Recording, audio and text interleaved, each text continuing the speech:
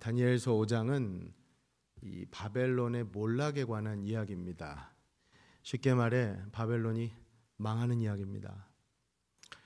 하나님 앞에서 교만했던 그 바벨론과 벨사살 왕이 하나님의 준엄한 심판을 받는다는 것이 이 핵심 메시지입니다. 그러다 보니까 다니엘서 5장을 묵상하고 적용하다가 보면 우리는 우리 인생이 왜 망하는가, 그 실패의 이유를 발견할 수 있습니다. 반대로 얘기하면 우리 인생이 왜 흥하는가, 성공의 이유 또한 유추할 수 있죠. 우리 인생의 성패, 흥망, 그 이유가 무엇인가를 다니엘서 5장을 통해서 찾아낼 수가 있다는 말씀입니다. 자, 그렇다면 바벨론이 왜 멸망했을까요? 우리 청년분들은 잘 아시는 게임인데, 우리 수련회나 어떤 공동체 모임 때 이 모임의 분위기를 업시키기 위해서 간혹 하는 게임 중에 이 초성 게임이라는 게 있습니다. 그 우리 한글의 앞자 초성만 보여주고 그것이 무엇을 의미하는가를 맞추는 게임이죠. 자, 자막을 한번 보여주시고, 그냥 맞추시라고 하면 열의가 여러분 없으실 것 같으니까 맞추신 분들은 예배 후에 상품을 드리겠습니다. 자, 시간 제한을 줘야죠. 3, 2, 1, 타임 오버. 예, 늦었습니다. 그런데 답은 맞으셨습니다. 일부 예배 들으신 분은 아까 그러시더라고. 3부 와서 맞춰도 됩니까? 그러시라고 했는데. 자, 그 다음 자막을 좀 보여주시죠. 메네 데겔 우 바르신. 오늘 본문 25절에 나오는 말씀입니다. 이 아람어의 음력입니다. 이 한글은 우리가 왼쪽부터 이렇게 써내려가지 않습니까? 근데 히브리어는 세 번째 줄이 히브리어인데 오른쪽에서부터 써내려가죠. 그래서 오른쪽부터 메네 데겔 우 바르신이라고 써 있는 겁니다. 근데 저 글은 모음부호가 붙어서 본래 여러분 잘 아시지만 히브리어는 자음만 있습니다. 그러다 보니까 이 고대 히브리어, 저 당시에 오늘 본문 속에 그 시대적 배경으로 보면 잔치에 참여했던 모든 사람들이 실제로 초성 게임을 한 셈입니다. 그렇잖아요. 저거를 딱 보고 이게 도대체 무슨 뜻이냐, 어안이 벙벙했던 것이죠. 그런데 그것을 누가 풀이합니까?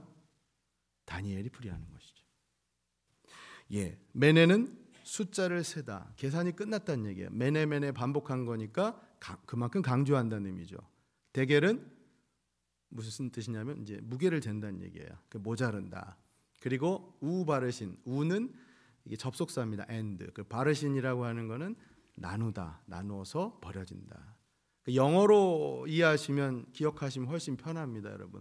메네는 numbered, 데겔은 weight, 무게, 그리고 바르신은 divide.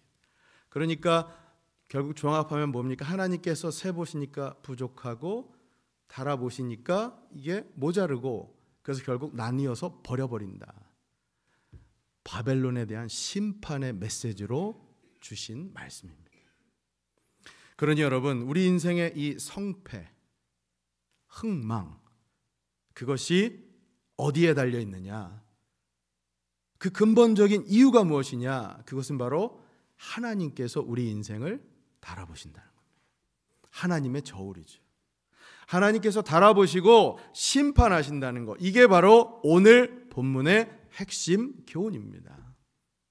사랑하는 여러분, 부디 오늘 이 말씀 통해 우리가 이 시간 결단하고 또 바라고, 여러분들에게 제가 축복하길 원하는 것은 이 하나님의 저울을 통해 달아본 여러분 인생의 각자의 평가가 세상이 뭐라 한들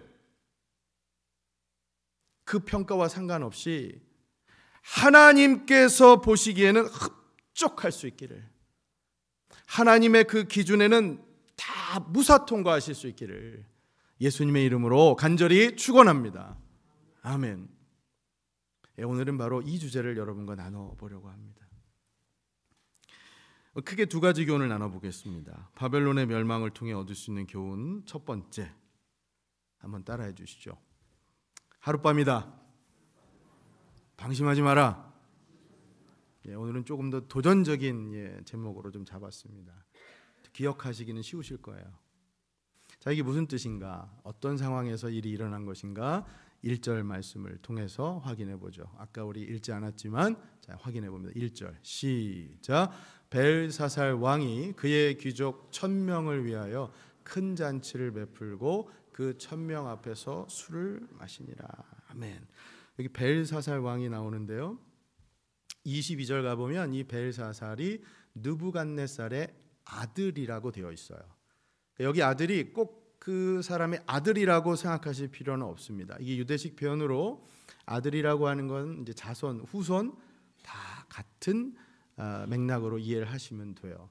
왜 여러분 복음서 보면 그래서 예루살렘에 입성한 예루살렘 사람들이 이제 예수님을 보고서 뭐라고 부르냐면 다윗의 자손 예수여라고 하잖아요.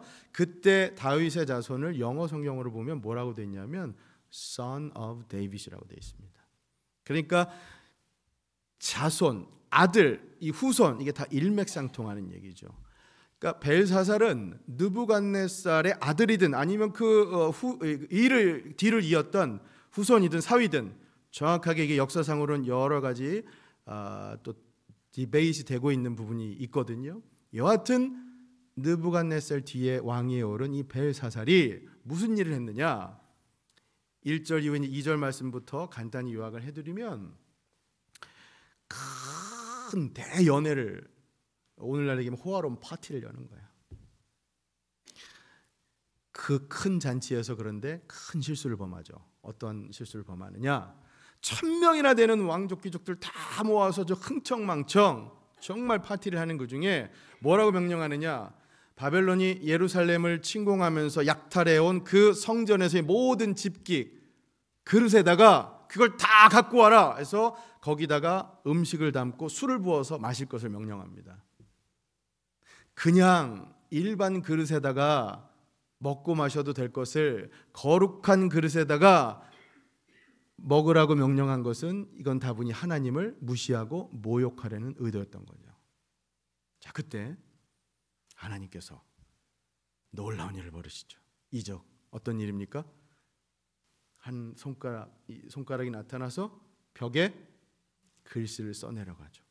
이제 우리로 얘기하면 이 거대한 스크린 뒤에 손 하나가 나타나서 글씨를 써내려간 것이 아까 우리가 보았던 메네메네 데겔 우바르신입니다. 엄청나게 놀랐어요. 그냥 놀란 게 아니라 여러분 겁에 질려가지고요 기겁을 했어요. 이러다 죽겠구나. 혼비백산 죽을 지경. 얼마나 겁을 냈냐면 6절 말씀 한번 보시겠습니까? 6절에 이렇게 돼 있습니다. 같이 읽습니다. 시작. 이에 왕의 즐기던 얼굴빛이 변하고 그 생각이 번민하여 넓적다리 마디가 녹는 듯하고 그의 무릎이 서로 부딪힌지라. 여기 보세요. 얼굴빛이 변했대요. 이 흑빛, 우리 흔히 말하는 잿빛으로 변한 거예요. 두려워서. 생각이 번민했다는 거, 이게 지금 두려움 가득 차가지고 지금 너무 힘든 거, 괴로운 거예요. 그리고 넓적다리 마디가 녹는 듯하고 무릎이 서로 부딪혔다. 여러분 어떤 건지 아시죠? 다다다다 떠는 거예요, 다리를. 그야말로 여러분 살면서 그런 경험을 실제로 해보신 적 있으세요? 너무너무 무서워서 내 몸을 내가 주체할 수 없이 덜덜덜 떠는 거예요. 지금 얼마나 무서웠으면 그 모습입니다. 자, 그런데 이때 벽에 써진 이거를 누가 풀이하느냐? 이번에도 다니엘이 했던 거예요. 다니엘이 이렇게 해석을 합니다. 25절 말씀을 보십시오. 기록된 글자는 이것이니 곧 메네메네 데겔 우바르시니라. 아까 우리 봤죠? 그 다음 26절. 그 글을 해석하건대 메네는 하나님이 이미 왕의 나라의 시대를 세워서 그것을 끝나게 하셨다며. 27절. 데겔은 왕을 저울에 달아보니 왜 부족함이 보였다며. 28절 같이 읽어봅니다. 시작. 베레스는 왕의 나라가 나뉘어서 메대와 바사 사람에게 준바되었다 함이니이다 하니. divide. 망한 거예요. 여러분, 실제로 다니엘이 이렇게 해석한 대로 바로 그날 밤 바벨론이 망합니다. 이게 여러분 주목할 포인트예요. 오늘 30절 말씀인데 이게 우리가 관심을 가져야 할 말씀. 30절 보십시오. 그날 밤에 갈대아 왕 벨사살이 죽임을 당하였고. 여러분, 이 그날 밤이라는 게 어떤 밤입니까? 지금 벨사살 왕이 정말로 흥청망청 잔치를 벌인, 파티를 한 바로 그날 밤이에요. 그러니 바벨론의 운명은 그야말로 하룻밤이라는 얘기죠. 여러분, 우리한테 이걸 적용하면 정말 이게 너무나 진지한 얘기 아닙니까? 오늘 우리가 저녁에 누군가를 모시고 같이 식사를 하고 파티를 하고 있는 그날 밤 무슨 일이 일어날지 몰라요. 여러분이 생각해 보면 다니엘서 5장의 구성이 정말 드라마틱하지 않습니까? 왜냐하면 정말 대반전이잖아요. 처음 시작할 때만 해도 마냥 기분 좋게 파티하면서 흥청망청 화려한 잔치로 시작하지만 그 끝이 어떻게 됩니까? 비극이잖아요. 다 망해요. 다 죽어요. 이런 구성이 어디 있어요, 여러분? 외적의 침략을 받아서 그 철옹성 같았던 바벨론이 무너져 버립니다. 최고 절대 강국이었던 바벨론 하룻밤 만에. 여러분, 지난주 우리 말씀 가운데 동영상 같이 보았던 거 기억나시죠? 고대 바벨론이 얼마나 위대한 도시였던가를 동영상을 통해 같이 보았잖아요. 그렇죠? 그 웅장하고 거대한 성벽만 해도 얼마나 두껍습니까? 얼마나 높습니까? 그리고 세계 7대 불가사의 중에 하나라고 했던 그 공중정원까지. 근데 페르시아가 공격을 해서 하룻밤 만에. 어떻게 페르시아가 공격했냐면 여러분 기억나시죠? 그 바벨론 성 주위에 둘러서 뭐가 지나가게 했죠? 강이 흘러서 수로가 지나가게 만들었잖아요. 아무도 함부로 침범하지 못하도록 다리를 놨단 말이에요. 그런데 페르시아가 어떤 전략을 썼냐면 강 흐름을 막아버려요. 그리고 다른 데로 세게. 그러면 어떻게 되겠습니까? 이 빙 둘러있던 수로가 점점점 물이 바닥이 드러나면서 말을 갖고 그 군사들이 성으로 쳐들어갈 수 있도록 그 방어벽을 뚫어버립니다. 바벨론이 그냥 무너져 버려요. 여러분, 여기서 얻는 영적인 교훈, 그 함의가 아주 묵직하지 않습니까? 아무리 높은 성벽이라도, 아무리 견고한 성이라도 하나님께서 벌하시겠다고 작정하시면 하룻밤입니다. 그야말로 세상적인 말로 정말 한 방이에요. 메네메네 데겔 우바르신, 이 말씀은 우리를 향해 그들에게만 보내주신 경고가 아니라 바로 우리를 향해 보내주신 경고의 메시지입니다. 여러분, 그러니 방심하지 말라는 거예요. 여러분, 영적으로 늘 깨어서 방심하지 말고 우리에게 주어진 이 하루하루의 시간, 하나님의 은혜인 줄로 알고 감사하면서 하나님 말씀대로 살아갈 수 있기를 진심으로 소망합니다. 예. 제가 최근에 이런 일이 있었어요. 요즘에 이제 차 얘기인데, 요즘에는 차가 다 잘 나와서 차에 뭐가 좀 문제가 있으면 앞에 그 운전석 앞에 이 대시보드에 이 경고등이 뜨잖아요. 예를 들면 이제 그 가스가 다 떨어지면 이제 주유등이 켜지지 않습니까? 얼른 가서 가스 스테이션 가서 가스 넣으라고. 그렇죠? 제가 한국에서 이제 결혼하기 전에 제 아내와 그때 이제 여자친구였죠. 이제 여자친구 와서 드라이브하고 어디 가는데 갑자기 이제 주유등이 들어왔어요. 그 제가 딱 걱정하지 말라고. 불 들어와도 부산까지 간다고. 이 여자친구 앞에서 이제 남자분들은 이제 의시되는 게 있잖아요. 걱정하지 말라고. 아내는 지금도 그러는데 주유등에 불 들어오면 얼른 가서 그냥 빨리 넣으라고. 지금 이러다가 큰일 난다고. 근데 아직까지 한 번도 운전하다 중간에 서본 일은 없습니다. 감사하게도. 근데 제가 최근에 어떤 일이 있었냐면 운전석 앞 대시보드에 경고등이 하나 또 떴어요. 근데 요즘 차가 너무 이제 잘 나오니까 어떤 등이냐면 타이어 경고등이 떴어요. 타이어 프레셔가 뭐 이상하다는. 그래서 제가 보통 때 같으면 당연히 체크하거든요. 근데 아시는 분 아시면 제가 운전병 출신이라 이게 좀 자신이 있고 또 거들먹거린 거예요. 이거 그냥 무시하고 괜찮아, 무슨 일 있으면 뭐 고치면 되지 깜빡하고 이제 그러고 갔는데 얼마 못 가서 운전을 하고 막 집을 나서는데 그때 이제 가족들하고 먼 길을 가는 이제 막 그러던 참이었어요. 차 밑에서 이상한 소리가 나요. 그래서 차를 세워서 잠깐 밑에 확인해 보니까 정말 타이어에 이만한 대못이 푹 박혔어요. 플랫 타이어. 만약에 그 상태로 하이웨이를 들어갔으면 큰일 났겠죠. 여러분, 제가 그때 다시 한번 망고불변의 진리를 깨닫습니다. 원숭이도 나무에서 떨어질 수 있다. 다시 말하면 여러분, 영적으로 얘기하면 여러분 인생에 지금 경고등 들어오면 무시하지 마세요. 방심하지 마십시오. 얼른 그 문제를 해결하십시오. 우린 정말 하룻밤 사이에 무슨 봉변을 당할지 몰라요. 여러분, 이게 신앙적인 원리입니다. 여러분 인생에 하나님께서 어떤 시그널을 보내주시든 어떤 사인을 보내주시든 그것을, 그 경고의 사인을 무시하지 말고 하나님 앞에 다시 나와서 무릎 꿇고 하나님께서 원하시는 그 뜻을 분별하여서 그렇게 하나님께서 원하시는 대로 살아낼 수 있는 여러분과 제가 될 수 있기를 진심으로 소망합니다. 사실 살다 보면 우리 하룻밤이 실감이 안 날 수 있어요. 하룻밤. 요즘처럼 정말 이 푸른 하늘, 파란 하늘, 진짜 하늘 파랗고 높죠. 그리고 이 나무들은 온갖 천연색으로 그 자연 물감으로 그린 것처럼 얼마나 아름답습니까? 근데 여러분, 그 아름다운 단풍들 우린 잘 알잖아요. 그거 얼마 안 가면 다 떨어지고 곧 추운 겨울이 옵니다. 여러분, 저는 이 계절 너무나 감사하지만 그 떨어지는 낙엽을 보면서 이런 생각이 들어요.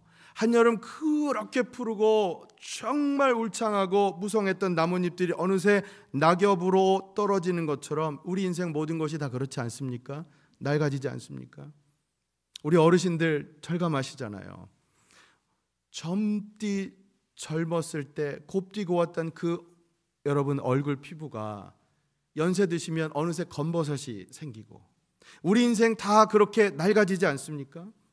몸만 그런 게 아니잖아요. 감정도 그렇잖아요. 우리 감정, 여러분, 우리를 정말 한때 뜨겁게 열정적으로 달궜던 그 달뜨겠던 사랑이라고 하는 감정도 어느 순간 되면 확 식어버리잖아요. 가라앉게 마련이잖아요. 감정도. 몸 감정만 그런 게 아니잖아요, 여러분. 우리 신앙도 마찬가지잖아요. 신앙도. 예수님 처음 만나셨을 때 얼마나 뜨겁습니까? 평생 난 이 순간을 잊지 못하겠다라고 했던 그 뜨거웠던 신앙적인 체험도 시간 지나면서 참 시들시들해버리고.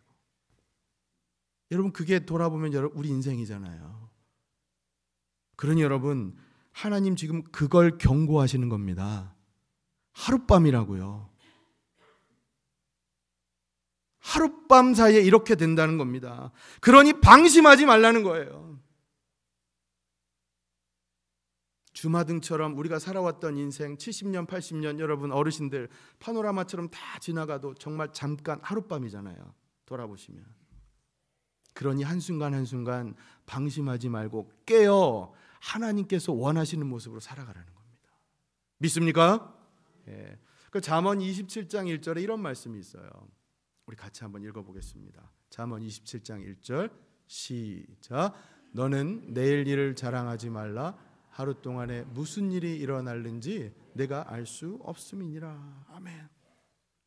잠언의 지혜자가 내일 일을 자랑하지 말래요. 이게 내일 얘기하는 게 아닙니다. 내일, tomorrow. 여러분, 우리 인생 자랑하는 거 참 많잖아요. 우리 자랑 없이 살 수 없잖아요. 우리 어르신들 손주 손녀 카톡으로 너무너무 자랑하시잖아요. 이거 보시라고 한번. 그런데 잠언의 지혜자는 뭘 얘기합니까? 내일 일은 자랑하지 말래요. 왜요? 내일 일은 아무도 몰라요. 오직 한 분 누가 아십니까? 맞습니다. 우리 주님, 우리 하나님만 아시는 줄로 믿습니다. 그러니 방심하지 말라는 거예요. 제가 우리 젊은 청년들에게도 2부 예배 때 이걸 많이 강조했습니다. 젊은 날 인생이 무한하게 많은 것 같지만 아니다. 지금 이 시간, 바로 여러분의 젊은 이 시절 방심하지 말고 하루하루 성실하게 진실되게 하나님 앞에서 살아가라. 예수님께서도 그래서 누가복음에 가면 비유적으로 말씀하시죠. 무엇을 말씀하시느냐? 12장에서 이 말씀을 하십니다. 19절. 또 내가 내 영혼에게 이르되 영혼아 여러 해 쓸 물건을 많이 쌓아두었으니 평안히 쉬고 먹고 마시고 즐거워하자 하리라. 열심히 잘 쌓아두는 거예요. 나중을 위해서 세이브하고. 근데 뭐라고 말씀하십니까? 20절에 같이 읽어봅니다. 시작. 하나님은 이르시되 어리석은 자야 오늘 밤에 내 영혼을 도로 찾으리니 그러면 내 준비한 것이 누구의 것이 되겠느냐 하셨습니다. 여러분, 저는 오늘 여러분 흥청망청 살라는 얘기가 아니에요. 정반대입니다. 여러분, 하룻밤이에요. 하나님께서는 하룻밤에도 우리 영혼을 데려가실 수 있다고. 그러니 우리에게 주어진 바로 지금 이 시간, right now, 이것은 하나님의 은혜입니다. 이 시간 하나님의 은혜인 줄 안다면 더 하나님 앞에 감사하면서 더 의미 있게 살아가시기를 진심으로 소망합니다. 내일부터 뭘 하겠다, 아니요. 오늘 할 일 내일로 미루지 마시고 언제부터 시작하시라고요?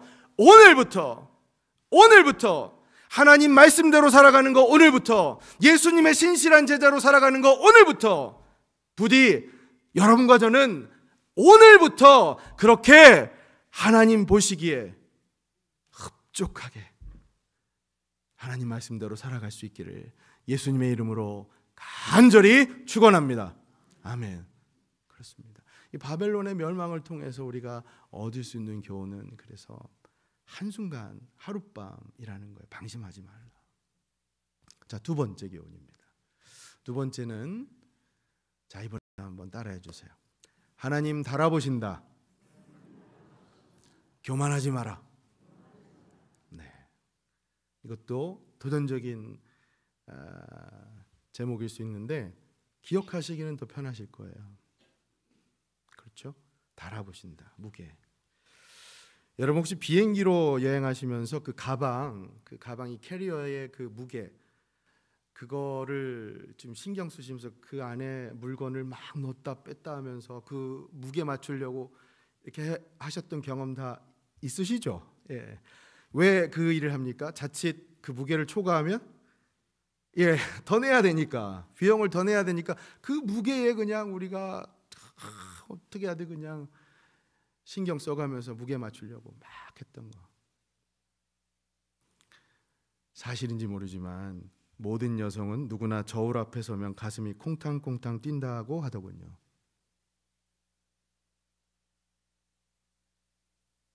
근데 적어도 제 아내만큼은 맞는 것 같습니다.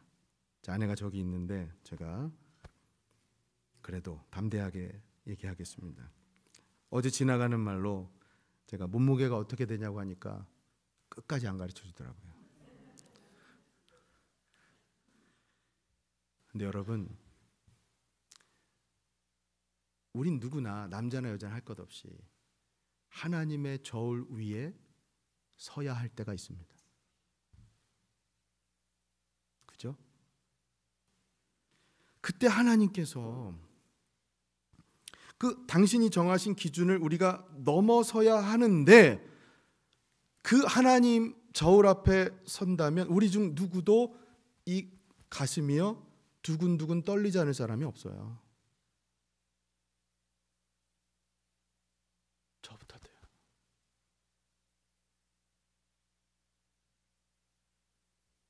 사랑하는 여러분, 하나님께서는 우리 달아보십니다. 교만만이 아니에요. 우리의 말과 행동과 믿음과 우리의 모든 것을 언젠간 다 달아보십니다. 그렇죠? 그것을 오늘 말씀에서 우리가 깨달아야 하는 거죠. 이 벨사살과 바벨론이 왜 망했는가? 교만 때문에. 그런데 하나님 달아보셨어요. 이 기준 미달, 함량 미달이었어요. 특별히 교만이 그들의 운명을 결정해버렸죠. 그렇죠? 자, 말씀을 통해 확인해 볼게요. 자, 먼저 이거부터요. 바벨론 하면 여러분 그 건축물 아까도 얘기했지만 아주 큰 건축물이 바벨론 하면 떠오르는 건축물이 하나 또 있습니다. 뭐냐면 구약의 창세기에 가면 11장에 인간이 하늘까지 계속해서 올라가려고 하는 그 욕망으로 만들었던 탑, 바벨탑이죠. 맞습니다. 그 바벨탑이 바로 세워졌던 자리가 바벨론이에요. 바벨탑, 바벨론, 바벨 같은 말이죠. 바벨탑은 인간의 교만이 하늘까지 찔렀던 탑이에요. 하나님께서 그러니까 어떻게 하십니까? 그때 그 인간들의 언어를 혼잡하게 하셔서 다 흩어버리시잖아요. 그렇죠? 성경은 이렇듯 바벨이라고 하는 거 멸망의 아이콘으로, 멸망의 상징으로 사용합니다. 특히 어디 가면 그 바벨론이라는 용어를 많이 씁니까? 성경의 마지막 책 요한계시록 가면 계시록에 이 바벨론이라는 말이 멸망의 도시, 멸망의 나라를 상징하는 의미입니다. 그럼 이 바벨론이 왜 망했느냐? 교만 때문에 망했다고요. 교만 때문에. 지난주 4장에서도 이미 많이 강조했지만 다니엘은 다니엘서 5장에 와서도 아주 힘주어서 강조하는 게 뭐냐면 이 교만이에요. 망한다. 자, 18절 말씀 한번 보세요. 18절. 왕이요, 여기 왕이라고 하는 건 이제 벨사살입니다. 지극히 높으신 하나님이 왕에 붙인 느부갓네살에게 나라와 큰 권세와 영광과 위엄을 주셨고, 지금 벨사살에게 느부갓네살에게 일어난 일을 다시 한번 리마인드 해주고 있는 거예요. 왜 망했는가? 여러분 우리 지난주 말씀 기억하시죠?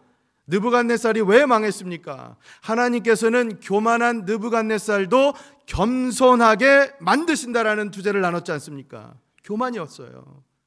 자, 그래서 19절 계속해서 보면 그에게 큰 권세를 주셨으므로 백성들과 나라들과 언어가 다른 모든 사람들이 그의 앞에서 떨며 두려워하였다. 그래서 임의로 죽이고 임의로 살리고 임의로 높이고 임의로 낮추. 그만큼 자기 마음대로 했다는 얘기예요. 느부갓네살 그만한 권세를 주셨다는 얘기예요. 자, 그런데 20절 시작. 그가 마음이 높아지며 뜻이 완악하여 교만을 행함으로 그의 왕위가 폐함받으며 그의 영광을 빼앗기고. 느부갓네살이 망한 이유가 뭡니까? 왜 다니엘이 이 얘기를 하느냐? 벨사살에게 제발 느부갓네살을 통해서 배우라는 거예요. 그래서 느부갓네살 얘기를 하고 있는 거예요. 벨사살, 과거로부터 못 배우냐? 좀 배워라. 우리가 역사로부터 배우지 못하면 역사 문맹이라고 하죠. 과거로부터 배우지 못하면 과거 문맹. 저는 우리 임마누엘 교회가 부디 과거로부터 배울 수 있기를 바랍니다. 과거에 반복된 잘못된 실수를 오늘 우리가 다시 반복해서 저지르지 않기를 진심으로 소망합니다. 벨사살에게 그걸 얘기하고 있는 거예요. 그죠? 21절 보세요. 무슨 일이 있었는가? 느부갓네살에게 사람 중에서 쫓겨나서, 지난주 말씀 기억나시죠? 그의 마음이 들짐승의 마음과 같아요. 또 들나귀와 함께 살아요. 소처럼 풀을 먹어요. 그의 몸이 하늘 이슬에 젖어요. 지극히 높으신 하나님이 사람 나라를 다스리시며, 결국엔 이걸 깨닫는다는 것이죠. 자기의 뜻대로 누구든지 그 자리에 세우시는 것을 알기에 이르렀다. 느부갓네살의 마지막 고백을 우리가 함께 나누지 않았습니까? 느부갓네살이 짐승처럼 살게 되잖아요. 길거리에 홈리스처럼. 말씀 기억나실 거예요. 머리털이 뭐처럼 됐다? 독수리 머리털처럼. 이 손톱이 뭐처럼 됐다고요? 새발톱처럼. 그 흉측하게 살아가는 모습. 그러나 그 일을 통해서 하나님께서 그를 낮추신 것을 우리가 배웠죠. 그러니 다니엘은 지금 그걸 다시 한번 벨사살에게 얘기하면서 당신은 제발 그러지 마라 경고하고 있는 거예요. 자, 22절 말씀 같이 읽습니다. 시작. 벨사살이여, 왕은 그의 아들이 되어서 이것을 다 알고도 아직도 마음을 낮추지 아니하고, 계속이요, 도리어 자신을 하늘의 주제보다 높이며 그의 성전 그릇을 왕 앞으로 가져다가 왕과 귀족들과 왕후들과 후궁들이 다 그것으로 술을 마시고, 왕이 또 보지도 듣지도 알지도 못하는 금, 은, 구리, 새와 나무, 돌로 만든 신상들 찬양하고, 도리어 왕의 호흡을 주장하시고 왕의 모든 길을 작정하시는 하나님께는 영광을 돌리지 아니한지라. 다니엘이 그야말로 돌직구를 날리고 있는 겁니다. 벨사살에게 직격탄을 날린 거예요. 그렇게 살지 말라고. 여러분, 오늘 혹시 이 말씀이 여러분의 이 자리에 있는 여러분의 가슴에 깊이 찔림을 주는 분 계십니까? 그건 성령님의 돌직구입니다. 여러분, 이 말씀 보세요. 마지막, 누가 우리의 호흡을 주장하시느냐? 왕의 호흡을 주장하시고 왕의 모든 길을 작정하시는, 여러분, 누가 우리의 길을 작정하십니까? 지금 이 순간 우리의 호흡이 끊어지고 우리의 심장 고동이 멈춰버리고 그렇게 내 호흡과 심장을 주장하시는 분은 다름 아닌 전능하신 하나님이심을 믿습니다. 그렇습니다. 그러니 23절 뭐라고 얘기하는 거예요? 그 하나님 영광을 위해 살아가라는 것이죠. 우리 삶의 목적은 다른 게 아니라 하나님 영광을 위해 살아가라는 것입니다. 여러분, 그것이 교만의 반대인 거예요. 교만의 반대는 하나님 영광을 위해 살아가는 삶입니다. 저는 부디 여러분 모두가, 저뿐만 아니라 우리 임마누엘 교회 성도님들 모두가 교만한 그 삶의 반대로 하나님의 영광을 위해 살아갈 수 있기를 진심으로 축원합니다. 아멘. 자, 잠언 말씀 16장 18절 있죠. 하나님 영광을 위해 살아가지 않으면 교만한 삶은 어떻게 됩니까? 결국 교만은 패망의 선봉입니다. 망해요. 결국 명하는 겁니다. 여러분, 이 교만에 관한 말씀이 지난주도 제가 강조했지만 왜 다시 말씀드리느냐, 성경은 악인만 교만하다고 얘기하지 않아요. 하나님께 신실하게 쓰임받았던 사람도 교만에 어느 순간 걸려 넘어져 버리거든요. 가장 대표적으로 성경을 보면 하나님 마음에 합했던 사람 누굽니까? 다윗이에요. 그 이스라엘의 위대한 왕 다윗이 그만 교만에 쓰러져 걸려 넘어지잖아요. 자신의 부하의 아내 그 바세바를 범해버리고, 또 어떤 일이 있습니까? 교만에 자기가 그동안 세운 공적들, 치적들을 드러내기 위해서 뭘 합니까? 인구조사를 하고. 그러니 여러분, 다윗도 교만에 무너졌어요. 그러니 이건 예외가 아니라는 거예요. 기억하십시오. 그렇기 때문에 우리가 기억해야 하는 것은 하나님의 저울입니다. 하나님의 저울. 하나님께서 어떻게 평가하실까? 그것이 중요하다는 것이죠. 여러분, 하나님의 저울을 무시하는 자야말로 그야말로 무신론자입니다. 하나님의 저울을 거부하는 자야말로 그야말로 불신자입니다. 비록 우리 중에 어떤 사람은 이 정말 세상의 잣대로는 정말 깃털만큼 가벼웠다고 그렇게 평가되는 사람일 수 있어요. 아무것도 아니다고. 하지만 하나님의 저울 위에서는 그 어떤 것보다도 무거운 단단한 바위, 금은 보화와 같은 그런 존재로 평가받을 수 있음을 여러분 잊지 마시길 바랍니다. 세상의 평가에 귀 기울이지 마시고, 그러니 하나님의 저울 앞에 서 있다라고 하는 것, 다시 한번 그것을 잊지 마시고 하나님 앞에서 우리의 삶을 온전히 올려드리며 그렇게 하나님께 영광 올려드리며 살아갈 수 있기를 예수님의 이름으로 축원합니다. 끝으로 제가 이것을 강조하면서 오늘 말씀 맺겠습니다. 자, 혹시 오늘 말씀 듣다가 말씀이 계속 듣기 어려우신 분 계십니까? 그런 분 계시다면 죄송하지만 성령님께서 역사하시는 걸 수도 있고, 반대로 얘기하면 오늘 말씀처럼 교만한 모습일 수도 있습니다. 제가 마지막으로 이것을 강조하면서 말씀 맺겠습니다. 여러분, 그림을 하나 보여주시면, 우리 무게를 재는 저울 중에 양쪽에 이렇게 접시 모양의 이 저울이 있죠. 저걸 이제 천칭이라고 부르죠.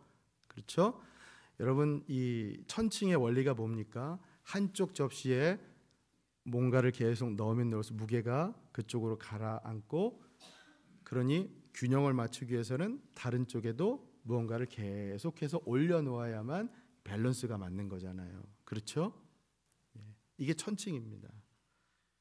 제가 이 하나님의 저울이라는 주제로 말씀을 준비하는데 하나님께서 에게 이런 생각을 하게 하셨어요.